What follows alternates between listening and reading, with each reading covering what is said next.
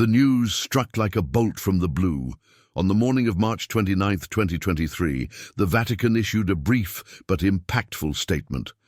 Pope Francis had been urgently admitted to Gemelli Hospital in Rome to treat a respiratory infection.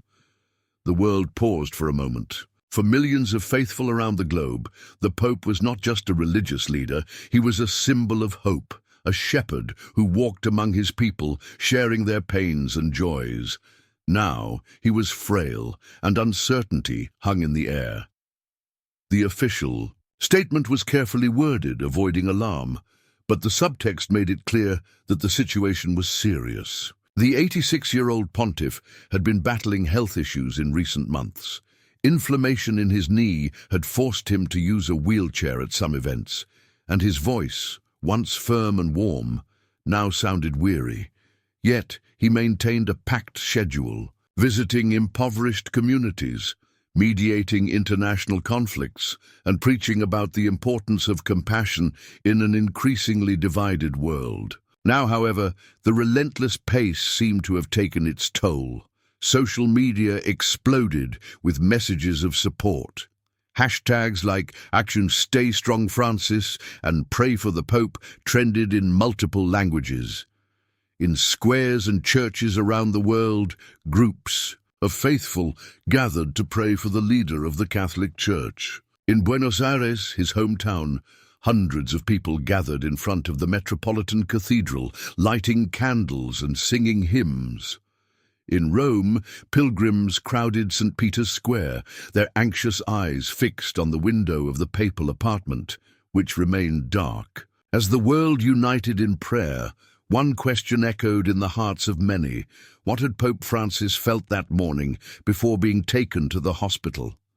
Witnesses reported that moments before leaving, he had retreated to his private chapel to pray. No one knew exactly what he had said or asked of God, but something about that moment seemed different, something that later would leave thousands of faithful in awe.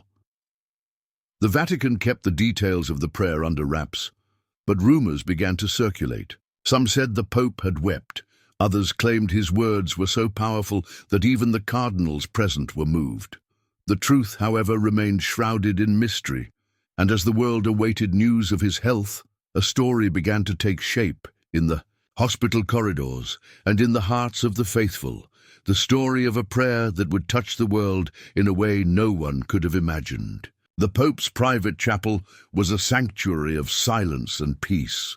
Located within the Vatican, its simple, austere walls stood in contrast to the grandeur of St. Peter's Basilica.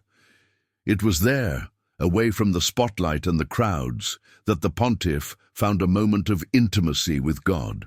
That morning, however, the air in the chapel felt heavier, charged with an unusual solemnity. The Pope arrived at the chapel leaning on one of his assistants. His face, marked by age and fatigue, reflected a mix of physical pain and concern. He wore a simple white cassock, devoid of the usual ornaments, and walked slowly, as if each step required immense effort. When he reached the altar, he knelt with difficulty, resting his hands on the wooden bench. His lips moved silently, uttering words only he and God could hear.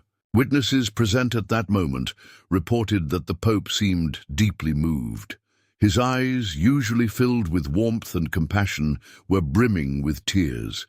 He raised his hands in a gesture of supplication, as if surrendering something far greater than himself. The soft light streaming through the chapel windows illuminated his face, creating an almost celestial aura around him. The prayer lasted about 10 minutes, but for those present, time seemed to stand still. The silence was so profound that one could hear the sound of their own breath. When the Pope finally rose, his face was serene, but his hands trembled slightly. He looked at those present as if wanting to convey something, but said nothing. Instead, he made a sign of blessing before being helped out of the chapel. What had he said in that prayer? No one knew for sure. Some reported hearing murmurs about the future of the Church and the suffering of the world. Others said the Pope mentioned the poor and the forgotten, themes that had always been at the heart of his papacy. But there was something more, something that couldn't easily be put into words. It was as if, in that moment, Pope Francis was carrying the weight of the world on his shoulders while entrusting everything to God's hands. As he was taken to the hospital, news of his hospitalization began to spread. But inside the chapel, the atmosphere of that prayer lingered, as if the space itself had been sanctified by his words. The assistants present exchanged glances of admiration and concern. Something extraordinary had happened there, and they knew that prayer would not be forgotten any time soon. In the days that followed, rumors about the prayer began to circulate among members of the Roman Curia. Some cardinals, known for their discretion, mentioned that the Pope's prayer had been prophetic and transformative. Others spoke reverently of the spiritual intensity of that moment. But for most of the faithful, the prayer remained a mystery, a seed planted in the heart of the Church that would only bear fruit in time. The news of Pope Francis's hospitalization had already shocked the world, but it was the revelation of his prayer that truly moved millions. In the days following his admission to the hospital, fragments of that prayer began to leak to the public. It's unclear exactly how the details reached the media, but rumors suggest that some of the assistants present in the chapel shared snippets with close colleagues, and from there the word spread like wildfire. The first public account appeared in a small Italian Catholic newspaper, which published an article titled "The Prayer That Moved the Vatican." The piece outlined what had happened in the private chapel, citing anonymous sources who were present. Within hours, the story was picked up by media outlets around the world, from major television networks to religious blogs. Social media was flooded with quotes attributed to the Pope, many accompanied by hashtags like "To Pope's Prayer" and "Francis Our Guide." The reaction was immediate and overwhelming. Faithful from all corners of the globe began sharing how those words had touched them. In Brazil, a mother posted a photo of her sick child writing, "The Pope prayed for us, and I feel God listened." In the Philippines, a group of fishermen organized a candlelight vigil, reciting excerpts from the Pope's prayer. Even people who didn't identify as religious expressed admiration for the depth and humanity of the Pope's words. The Vatican, initially reluctant to comment, eventually confirmed that the Pope had offered a private prayer before being hospitalized, but avoided going into details. At a press conference, spokesman Matteo Bruni said, "The Holy Father always finds strength in prayer, especially in times of difficulty. We ask everyone to respect the privacy of this moment and to continue praying for his recovery." Despite the call for discretion, the prayer had already become a global phenomenon.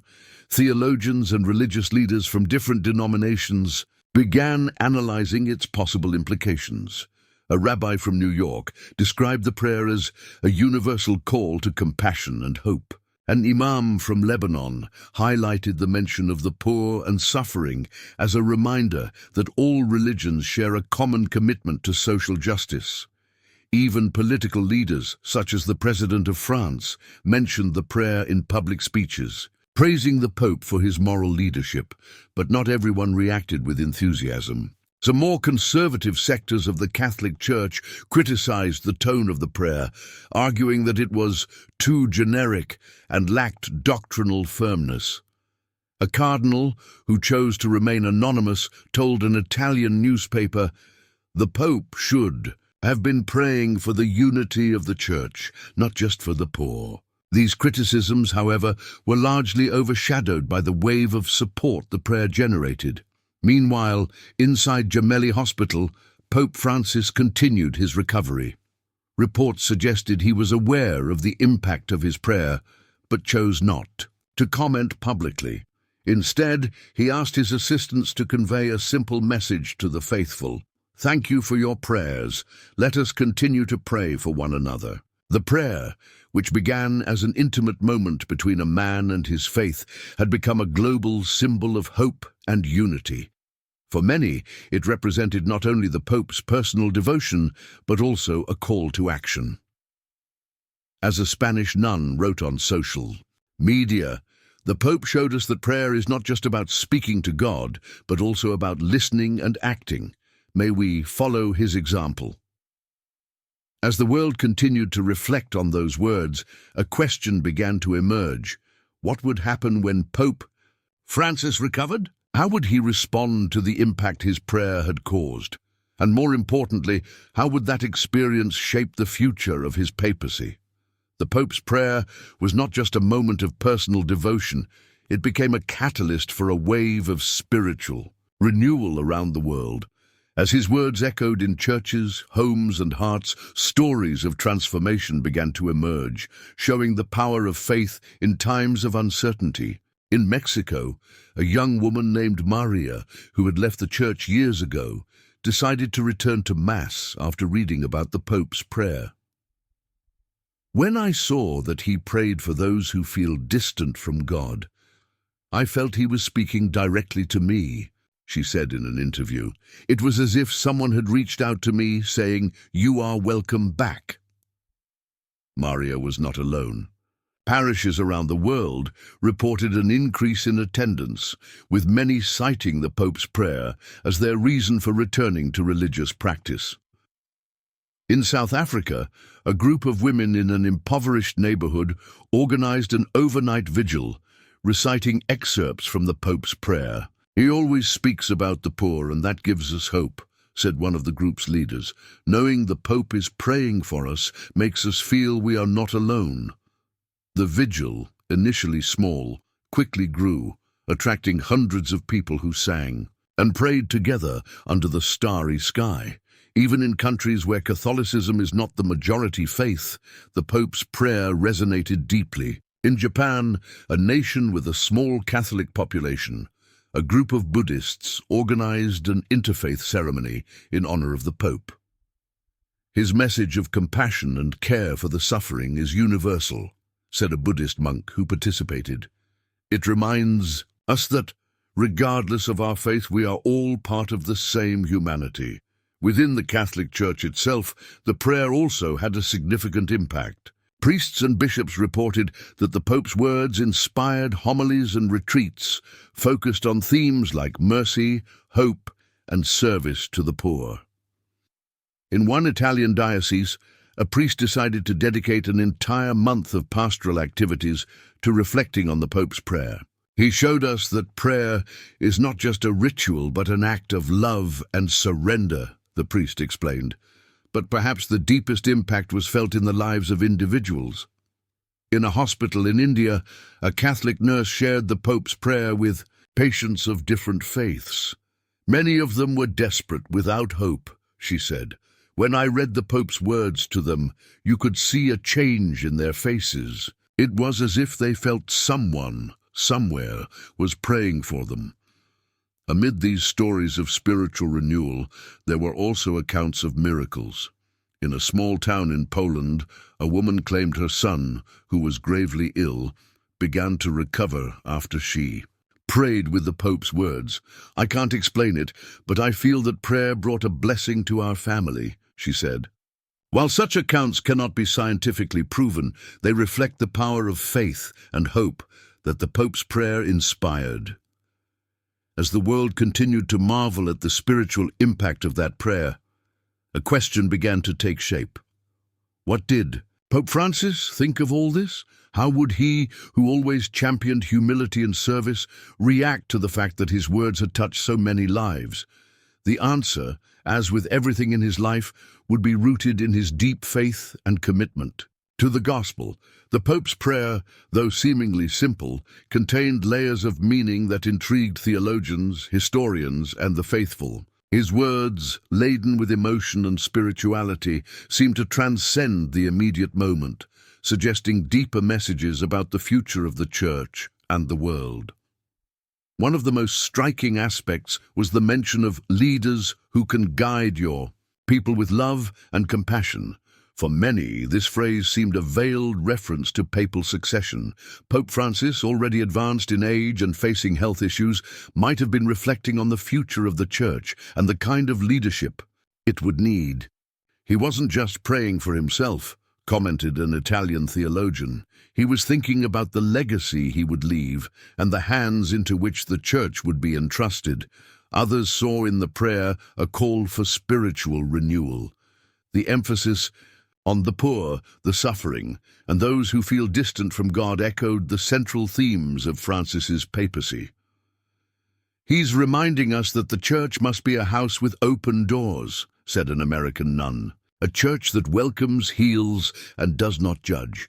That's the message he wants to leave." Some spiritual experts highlighted the prophetic tone of the prayer.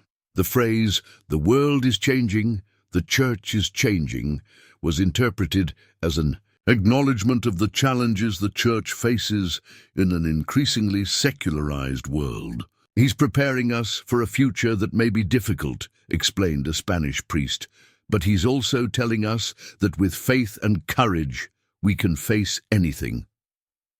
The mention of the Virgin Mary also sparked discussions. For many, this reflected the Pope's personal devotion, but it could also be seen as a plea for divine intercession in a time of crisis. "Mary is the mother of the Church," said a Brazilian bishop. "By invoking her, the Pope is asking her to guide and protect us, especially in times of uncertainty." However, not all interpretations were unanimous. Some critics argued that the prayer was too generic and lacked clear direction. "He could have been more specific about the challenges the Church faces," said a conservative cardinal who chose to remain anonymous. But at the same time, its simplicity is what makes it so powerful. It speaks directly to people's hearts. As the debates continued, one thing was clear. The Pope's prayer had touched something deeply human in all who heard or read it. It was not just a plea to God. It was a mirror of the soul of a man who, despite his physical frailties, continued to lead with faith and compassion. And so, the mystery behind the words remained. What had the Pope truly meant? What were the intentions behind each phrase? Perhaps the answer lay not in the words themselves, but in the intention with which they were spoken. As a French theologian observed, the Pope's prayer wasn't about him, it was about us. It was a call to hope, faith, and love, and in that sense, it fulfilled its mission. The Pope's prayer before his hospitalization was not just a moment of personal devotion. It became a defining moment of his papacy and a symbol of hope for millions. As the Pope recovered in the hospital, the words he had spoken in that private chapel continued to resonate, leaving a legacy that would transcend time and space. For many faithful, the prayer became a beacon in times of darkness. In a world marked by crises, divisions, and uncertainty, the Pope's words reminded everyone that faith could be a source of strength and comfort. He showed us that, even in the most difficult moments, we can turn to God, said a young mother from Argentina. His prayer was a gift to all of us. Within the Catholic Church, the prayer also left a profound mark. It inspired priests, bishops, and lay people to reflect on the Church's role in the modern world. "The Pope called us to be a more compassionate church, closer to the people," commented an Italian priest. "That's the message we must carry forward." In dioceses around the world, the prayer was incorporated into liturgies and retreats, becoming a part of the Church's spiritual fabric.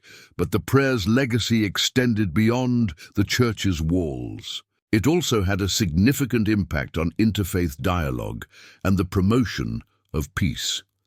Leaders of other religions praised the universal message of compassion and solidarity contained in the Pope's words. He showed us that faith can be a bridge, not a wall, said an imam from Egypt. That's something we can all learn from.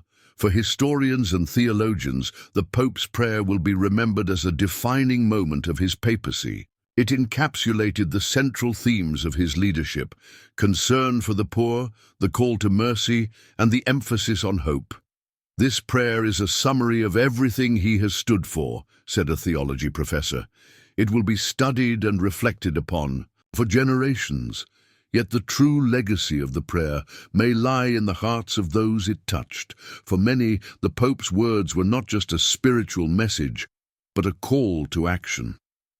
He showed us that prayer is not just about speaking to God, but also about listening and acting," said a Spanish nun. "That's the lesson we must take with us."